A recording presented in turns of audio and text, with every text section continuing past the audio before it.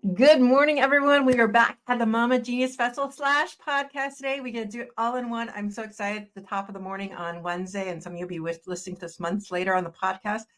But that's okay because you know what? Everything is evergreen inside the Facebook group. So if some of this sounds interesting to you, all you got to do is become a member and go look through the guides and find all this stuff. And I guarantee you I'm not going to disappoint with yet another wonderful, phenomenal woman coming on here to speak to us about her messaging. She's talking about the emotional struggles we go through, especially with postpartum. But there's just so much in there when we talk about the emotions and everything. You're not going to want to miss this one. So we're going to dive straight in. And I'm just so looking forward to talking to Dr. Liz. She's coming right up. Welcome to Mama Genius Hub podcast, where we support moms with big dreams, from entrepreneurship to personal aspirations. I'm your host, Michelle DeKaiser, and I'm here to help you unlock. We're going to try that one more time. Welcome to Mama Genius Hub podcast, where we support moms with big dreams, from entrepreneurship to personal aspirations. I'm your host, Michelle DeKaiser, and I'm here to help you unlock your potential in all areas of life. Join us as we explore strategies for thriving in motherhood while pursuing the dreams, the key to actually unlocking your genius. Subscribe now and embark on a journey to realize your fullest potential. And sometimes it works perfectly, sometimes it doesn't, but we're just going to roll with it. So we got Dr. Liz, who is a higher conscious healer and coach. She retired as a clinical psychologist in 2018 after 15 years of specializing in trauma, anxiety, and women's issues. A medical trauma during the birth of her daughter sparked an incredible path, and we're lucky for that shifted and awakened, ultimately aligning her soul with her soul's purpose. The essence of her work brings clients on a journey from suffering and trauma to empowerment and aligned living. We're so aligned in that messaging. Dr. Liz is certified in 10 different energy healing modalities that blend beautifully to create a unique healing experience for every client. Oh, I'm so excited to bring you to the stage, Dr. Liz. Welcome. Hi, thank you so much for having me. I'm excited to be here. I am just so excited because I love the energy modalities and everything, and just your experience is just going to be phenomenal to talk about today. But I want to start, as I've been asking all the speakers, how is the festival going for you? It's going amazing. There's so many powerful talks, so much information. It's been a lot. And I still have to go back and listen to, because I checked out over the holiday weekend, but I've got a lot more that I'm like, ooh, I want to listen to that one. I want to listen to that one. So it's going great. Thank you so much for pulling this all together. Oh, you're so okay. And you know, the best part is it's not going anywhere. So you can always come back to it, but don't forget about it. Cause you know, sometimes when we don't plan that out. And so those of you listening, even if you just say, I'm going to do 15 minutes, put it in your schedule and pick a talk to match it to. Cause you know, when we schedule it, we do it. And so on that note, Dr. Liz, we're just going to dive right in now. I want to know your why behind retiring as a clinical psychologist and all this, and what brought you down this path. Yeah, so I could go down lots of versions of this, but I think the essence of my why is during that time when I was a new mother and really suffering emotionally with postpartum stress and anxiety and so much overwhelm, I needed somebody. I needed somebody to hold my hand, to tell me it was going to be okay, to walk me through the process of healing. And I couldn't find that no matter where I looked. And I got glimpses of feeling better with a massage or an acupuncture session or even a therapy session. But at this point in my work, I can see clearly where somebody is in their own awakening process, in their own healing journey, and say, this is what's going to come next. This is what we need to do. And had I had that at that time, I wouldn't have spent 4 to 5 years in that pain place. And of course, that evolved me, and I don't regret it at all. But I want to be able to be that person for other moms who are suffering and not able to find that place of it's going to be okay. Well, I love that so much that you were looking for it and couldn't find it. So you're creating it. And I think that's what we do is when we're in these situations. I mean, that's kind of what I did with Mama Genius Hub. It's like I've been looking for a place where moms can come together. I mean, there's some apps out there, there's some things, but it's not the way that I saw it. And so we as creators, like putting that all together. And I love the idea how you talked about holding that, like wanting someone to hold that hand with you and just not being able to see, because it is really that connection. And you to provide that connection with others and to help them knowing where they're headed and be able to guide them, it's just priceless. Mhm. Being a mother can be incredibly isolating, and we don't do it well culturally. And then on top of it, when you add some version of pain or suffering, or your child's pain and suffering, it can really back you up into a dark place. So, coming together as women, as mothers, is vitally important to all health, all of our health, mental, physical, emotional health. That's so true. And I love how you said that. And it's also coming together with sometimes without the kids and being able to have that mental space that we love them to death, but we need some of that connection without, and like that mental space of I'm still an adult. I can still have a deep conversation that doesn't involve poopy diapers. Yes, yeah, and I can take care of myself. I can take this time, even if it's an hour a week, to step away and engage in something that is my inner work that ultimately allows mom to thrive and baby, child, children to thrive. Because when mom does, children can. Well, and it's so true because they model after what we're doing. So when they see us taking care of ourselves, they start to take care of themselves. And I see that with my daughters. Like, I just need some time to myself. I'm like, okay, bye bye. Yeah. And like the energetics really support that. There's a literal energy piece that happens when mom is in great suffering. Sometimes children come and will absorb some of that pain and suffering to attempt to take that away, in this desire for mom to be more present, to be more able to show up, right? And so that's the last thing we want our children to do. We don't want our children to save us, but they do unknowingly, energetically. So sometimes I find that in an adult that they did for their parent and have to clear that piece out. So it's just more and more reason for us to make that time to heal. I kind of correlated in my head. So as a child, me wanting to do that for my mom. And so I can see that as well. I mean, and some of you listening too might have felt that for your parents and what that felt, and just that memory and thinking of you taking on wanting to take that away from them and take that on as a kid. And so your kids might be feeling the same way. And so I love that we have Dr. Liz here to help us figure out how to alleviate some of that, because I know that we don't want that in our kids. I know I don't want my kids to feel the way I did. Yeah. And so I'm just so grateful. We're going to take a quick break and then we're going to dive into how to do this, because we want those hows in here. Attention mompreneurs. Do you feel like you're constantly juggling the responsibilities without a moment to yourself? It's time to pause and reflect with our Mama Genius quiz. Tailored for busy mamas like you, this quiz will help you identify what's blocking your path and inspire you to harness your unique strengths. Transform how you manage life and business, find your rhythm, and ignite your joy.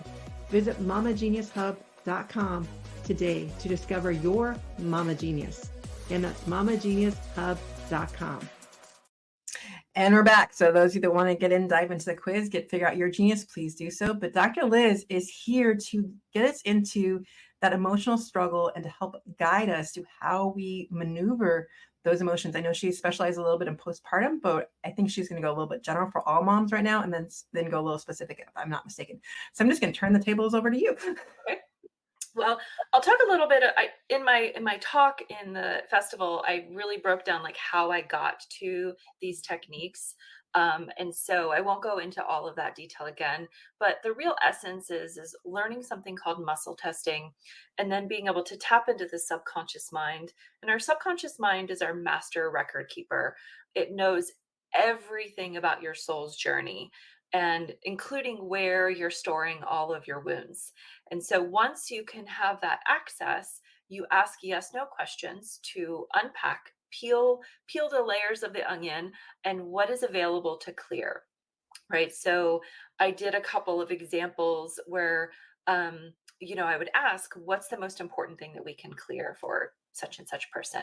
But if I was working with somebody privately and one-on-one, I would ask a much more specific question. So if a client came to me and they were experiencing, say, overwhelm or anxiety or, the inability to let go of fear that something bad is going to happen to their child, then I would tailor the question around their symptom.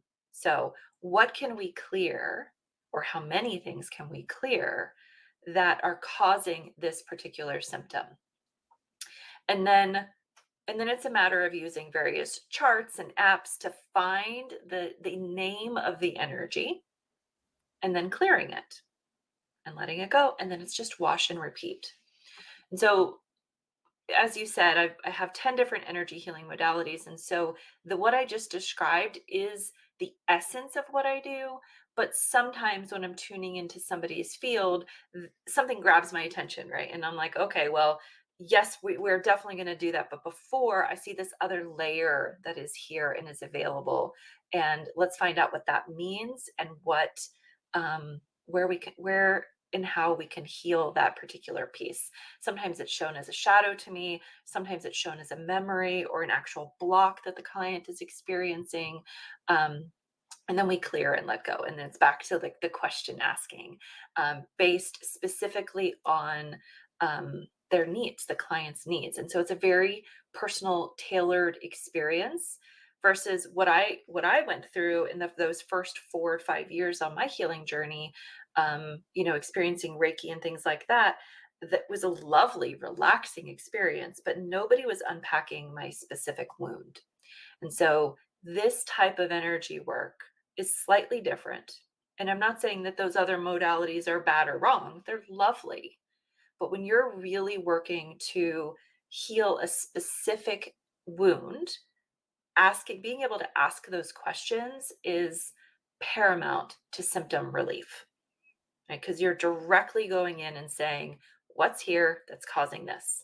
And then we remove that, and then we do the coaching around how do you support it? Because now that the energetics are gone, that we're supporting that symptom, now how can I assist you in making the behavioral changes?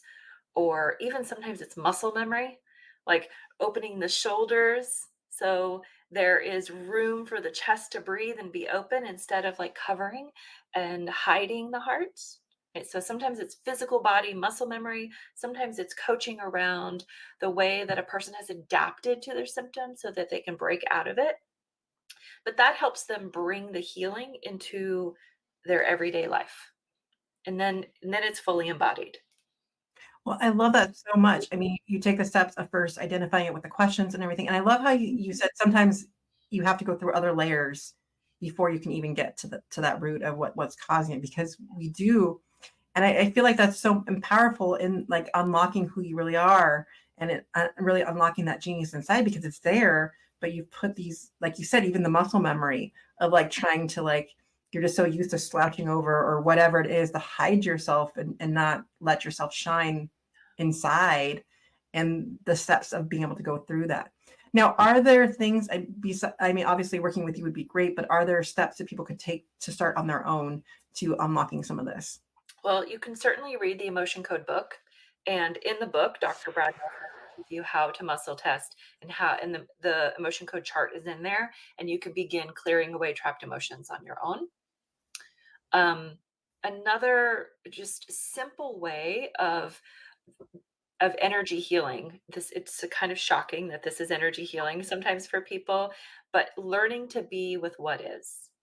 So when you welcome an emotional experience, so let's say extreme fear moves through your body and it catches you, and you say to your partner, all right, I need a breath. I'm going to go into the bathroom. I'm going to go into the room. I'm going to shut the door, take a break from the kids, and I'm going to be with this emotion. And what makes it energy healing is the sensation. So you feel the sensation in the body. So maybe it's a contraction in the heart or in the gut, and you breathe in the body and you soften with that breath. And as you soften and allow that emotion and sensation to be present without any judgment, without making it wrong, without making you wrong, that allows it to dissipate. Now, sometimes that can take 5 minutes, 10 minutes, and sometimes it takes 30 seconds. When you get really good at it, it takes 30 seconds. It takes some practice to get there. but just learning to be with what is versus the numbing, the stuffing, the wishing it wasn't there, or blaming or projecting, all of these coping mechanisms that we develop to not feel. So when we truly learn to feel what is, that allows it to dissipate. I love that so much because we're so busy coping or trying to hide it. And I think, especially when we get to the question about busyness, like we mask that through our busy activities. Like I can just keep doing so I don't have to take that 5 to 10 minutes to feel what the sensations actually going through my body. And I think as moms, we are getting good at hiding that and just saying, okay, well, but then it doesn't have anywhere to go. But like when you said, when you take that 5 to 10 minutes, it's now released versus it's going to sit in your body and then create another layer that has to be unpacked later. 100%. Yes. And so that's just amazing. Just that small technique of actually sitting there and being with what is and that energy and letting it dissipate. I just want to repeat that for everyone because I want that to really sink in because something of how to actually feel what we're feeling without leading it to the overwhelm when we take it just one emotion at a time, because when we ignore it, then it becomes the overwhelm of now we have to peel a whole onion instead of just one emotion. Yeah. It's incredibly powerful to get there. And for the women who are going to try this, I want to encourage you to be really gentle with yourself. And if you have a lot of trauma in your background, as the emotion bubbles up and the sensation bubbles up, it can feel like you're being strangled or cut open. It can have a very powerful sensory experience along with it. And if it's too much, it's okay to step away. Give yourself permission to step away as long as you're committed to coming back. And so you can think about the visual image of the pain and the sensation being like a dark hole. And your job is just to step up to the side of that, not to jump in head first when it's really bad.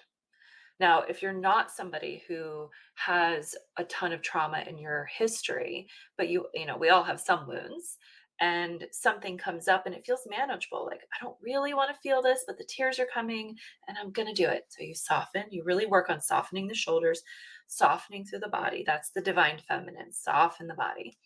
Then chances are you're going to be able to move through that in the way that we just spoke about. Right? So it is much more manageable for you to experience the height of the emotion, that there might be some tears or some anger or some real intensity that comes up, and then it comes back down. I love that so much. But I would, those of you who have been through severe trauma, I would recommend finding a coach like Dr. Liz, finding someone who can help you, like you said, hold that hand for you, because you shouldn't have to walk it alone. I just want to encourage those. But some of you that just need to start releasing a little bit and doing it with your daily, jump in and like you was saying, soften with that feminine energy that we sometimes, it was funny on one of the podcasts, that we did yesterday, talking about the gift of realizing that a lot of our mothering is in the masculine. Oh, yeah. Because of the doing. Yep. So let's take that back a little bit and put the feminine back into our mothering and soften ourselves to our own feelings. So then our kids can learn how to do it for themselves as well. Again, they watch what we do. So we start the process. They're like, what's mom doing? Maybe I should try that. Their nervous systems literally mirror ours. Right. So as we learn to regulate our own nervous system, it's permission for your child to be regulated. And just as we were talking earlier, when they're trying to take on our dark emotions, when we start regulating, they learn how to regulate. So now we have that rhythm coming into place. Instead of us putting ourselves on them, we're showing us how to each release our own emotions with it. I just love this small technique of energetic healing that we can do ourselves. I do want to dive a little bit in before we run out of time, though, because I know she is also postpartum, so there could be some moms on here that need a little bit work on what are some of the symptoms or ideas, or what should they be doing or looking for, not realizing that they are feeling dark and deep, or thinking, oh, it'll just pass, or what expertise you have on that topic? Yeah, I mean, there's so much out there about postpartum, but in general, if you suspect that you are in a state of postpartum, and you don't have to have a newborn to be there, but the intensity of suffering can feel heightened by lack of sleep, by the constant needs of our children, birth to 12 months, and sometimes longer than that. For me, I had a 3.5-year-old until she would sleep in her own room, and really then only for a few hours. And so that everything can feel bigger, like the sadness is bigger, the intrusive thoughts is bigger, the fear feels more dramatic. And so if you're a mom who feels overwhelmed all the time, unable to regulate your body, unable to sleep when your baby is actually sleeping, like everybody tells you to do, then maybe look at, I might have something going on here. And certainly if you didn't have the birth that you intended to have. And so sometimes not having the birth, whether there's medical complications or it doesn't go the way that you desired, um, whether that's a C-section or some other medical intervention, there can be work to do around letting go of that attachment to Mm. that experience and learning to honor the way that your baby arrived in this world. I would never even have like thought about that. So I love that you brought that up, because we do have these desires and these ideas of what we expect to happen, and then you have no idea. And that happened with my first son. When I think about now in retrospect, and even after he was born, 3 weeks later I had appendicitis and an umbilical hernia Mm, after 3 weeks after he was born, plus the complications. I'd never had a C-section, but just like I had asked, I wanted to do a natural, but then I didn't realize what Pitocin would do. And so they gave me Pitocin because there was meconium. And then all of a sudden, then the anesthesiologist was gone for 2 hours. And so just some of these things that we don't think about, and just like the letting go of it, it's amazing that we should.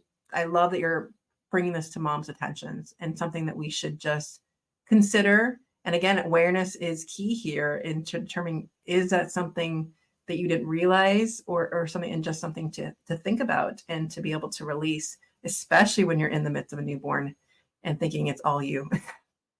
right. Yes. There could be real grief to move through if you didn't have the experience that you had planned for. Like as new moms, we spend so much energy, or even if it's your second or third, we spend so much energy thinking and planning for the birth that we desire to have. And when it doesn't go that way, there can be a need to move through that grief. I love that so much. On that note, that we are going to turn it over to my firstborn. Okay. And we are back, and that link is in the chat if you feel so desired. And I'd love to get more people circling in the morning. I was just doing with my daughters again this morning, and I didn't even start it. Bella was just like, "What's your intention for the day?" I was like, "Okay, let's go." And so it really does, and she picked the question and everything. So it really does start those conversations. But we are back with Dr. Liz, and we're going to ask you our 5 questions. You ready? All right. Number 1 for you. What is your favorite podcast? And I know some people don't listen to podcasting, which you're on one now, so you are listening. What podcast, resource, or book has helped you manage your busy life between momhood and your business? So I'll answer this question a little bit differently because I don't do podcasts, but I am an avid reader. So I read everything under the sun. And most of it has to do with energy work, or it's like total fantasy novels. But a podcast that I stumbled across, yes, very different. A podcast that I stumbled across recently that I'll share with women is called Midlife Muse. And Ooh. the midlife muse is a psychologist who really focuses on midlife and celebrating this time in women's life. And so I've been really drawn to her stuff lately. It's very empowering. Love that so much. And I'll ask you later when you get a chance to put the links for any of the things you mentioned in the comments down below, so people have it, because I'll be going all day and won't be able to get to it. But number 2 for you is we want to talk about the joy and the funness. And so what are some of the fun activities that you do with your family to try and branch out more ideas for people to get more connection? Yeah, so when I have a picky eater at home, and so one of the things that we have done to support her is empower her to cook. So she is responsible for 1 to 2 meals per week. She does all the meal planning and all of the prep and the cooking. I step in when she needs some help, but that has one, it's super fun for us to do and her, and two, it has really expanded her confidence with food and her willingness to explore different types of food. So that has been huge. It's probably been about a year since we've been doing that. And then the other thing that we do together is in the evening time is we manifest together. So I've taught her my manifestation practice, and we have, a time of kind of processing the day together and then calling in, dreaming, imagining, envisioning what's next. I want to learn more about the manifestation process. Such a great way to end the night. I would never thought about it. Like, I love how we do circle in the morning to start our day, but I like never thought about a routine like that at the end of the night. That's so inspiring. I'm going to have to learn more. But we're going to jump into number 3 for now. And again, we're talking about that idea of busyness. And I feel like we do hide behind that mask as moms. And we ask the question, how are you doing? The answer is always, I'm fine, or I'm busy doing blah, blah, blah. Mhm. So I'm throwing this out to the speakers just to work on our wording a little bit to either change the way we ask each other something or the way we respond. Totally up to you how you want to take it. Yeah, so I would say I'm a recovering busyaholic, and that I certainly identified with that, and it was absolutely a coping skill. But over the last couple of years, I've worked on slowing down, and what has enabled me to actually embody less is scheduling less. And I fill my day. So while my daughter's at school and I have my work day, I have time for meditation. I have time for walks in the woods with girlfriends. I have time for lunch dates. I have time for working out. And so when somebody asks me that, I have balance, and that is the reality. And I'll be honest, it took me time to get used to that because there was fear around, oh no, I'm not busy enough, or what if this happens, or what if I don't make enough money? But it's been fine, just fine. I've been supported, I've been taken care of, energetically, financially, and the more I honor myself and my needs and balance, the more everything works out. So I don't know if that answers exactly your question, but that's my experience of it. I think that's a great way of looking at the whole day and how we can redefine that. Because I mean, once we're feeling that way, then we're probably going to answer the question differently, anyways. And I love how you brought that down and the fear that I think we have of that we have to like do these things. I know that's still like prevalent in a lot of us. And so, no, that's so beautiful. Which then I guess leads us into the success aspect. Because what is your definition of success, and how do you celebrate success? The more I've been like working with this question and the concept of success, like there's just so many avenues, but we've like in our heads without realizing put this definition that we didn't actually mean to. And it's like sitting there in our heads. I'd love to hear what yours is. Well, real quick, a definition of success for me is a client win. So, a client reaches out and says, "Oh my gosh, I finally embodied," or "This felt so easy," or "I've accomplished this goal." Wonderful. And home personal success is that my preteen still talks to me. She tells me about her day. She asks me questions about who I am, and I'm still her safe space. So that is a huge win. The way that I celebrate is typically through dance. Like I do a version of a happy dance and like a prayer along with it. So yes, please, more, please. Yes, please, more, please. I love that so much. I love how you broke that down too. But that then actually this I guess it leads, I feel like your questions keep leading into each other because talking about you still have that conversation with your preteen. So how do we inspire our kids to be in their own genius?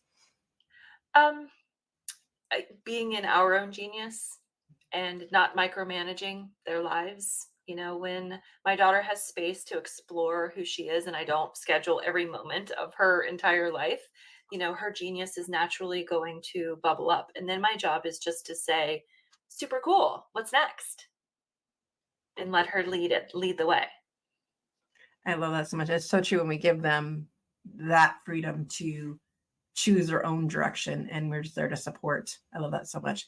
So on that note, we are running out of time. So I'd love for you to tell everyone how they can get hold of you, if you have any free gifts, and what's your final takeaway for everyone. Yes, so you can find me at essentialhealingwithdrliz.com. I will link in a free gift, which is a mini light healing.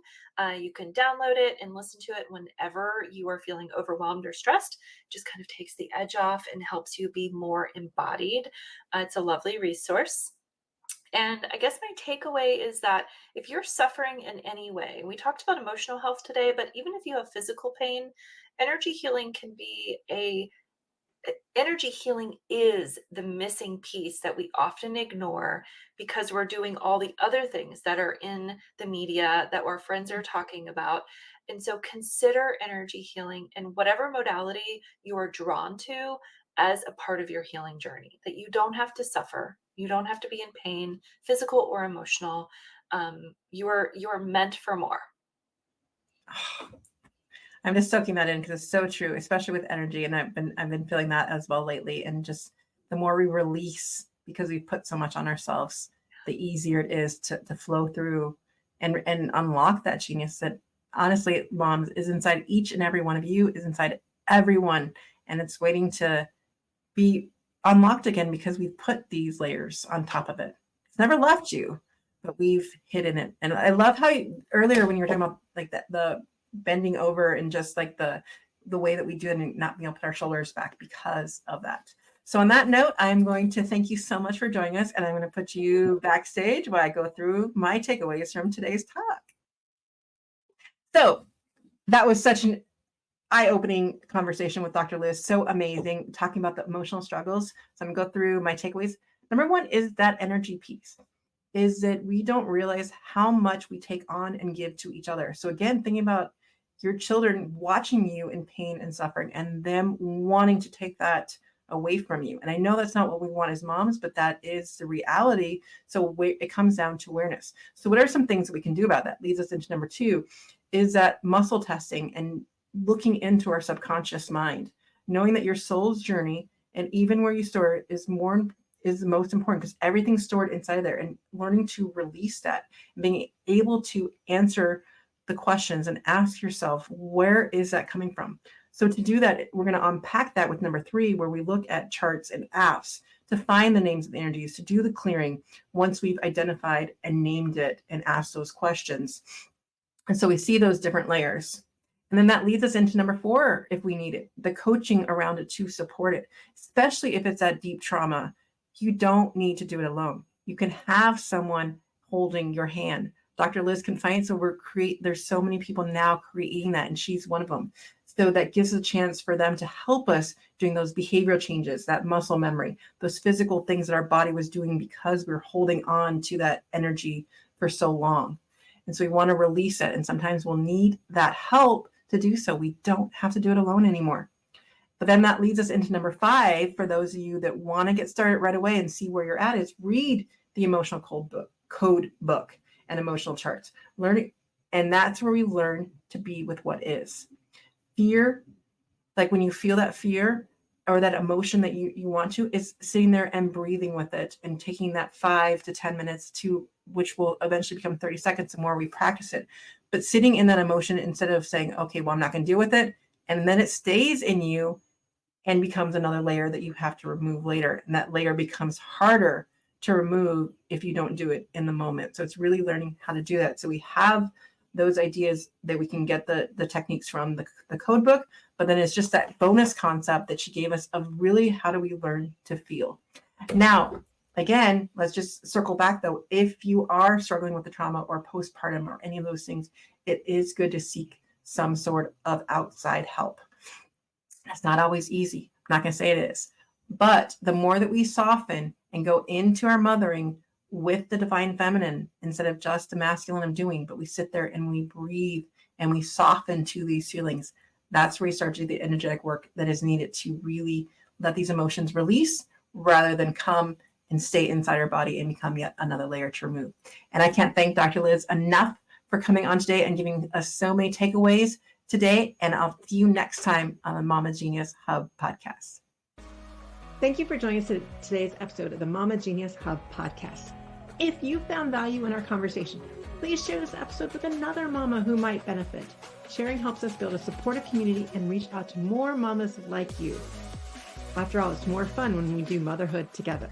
Until next time, stay motivated and continue to pursue your dreams as you shine in your genius.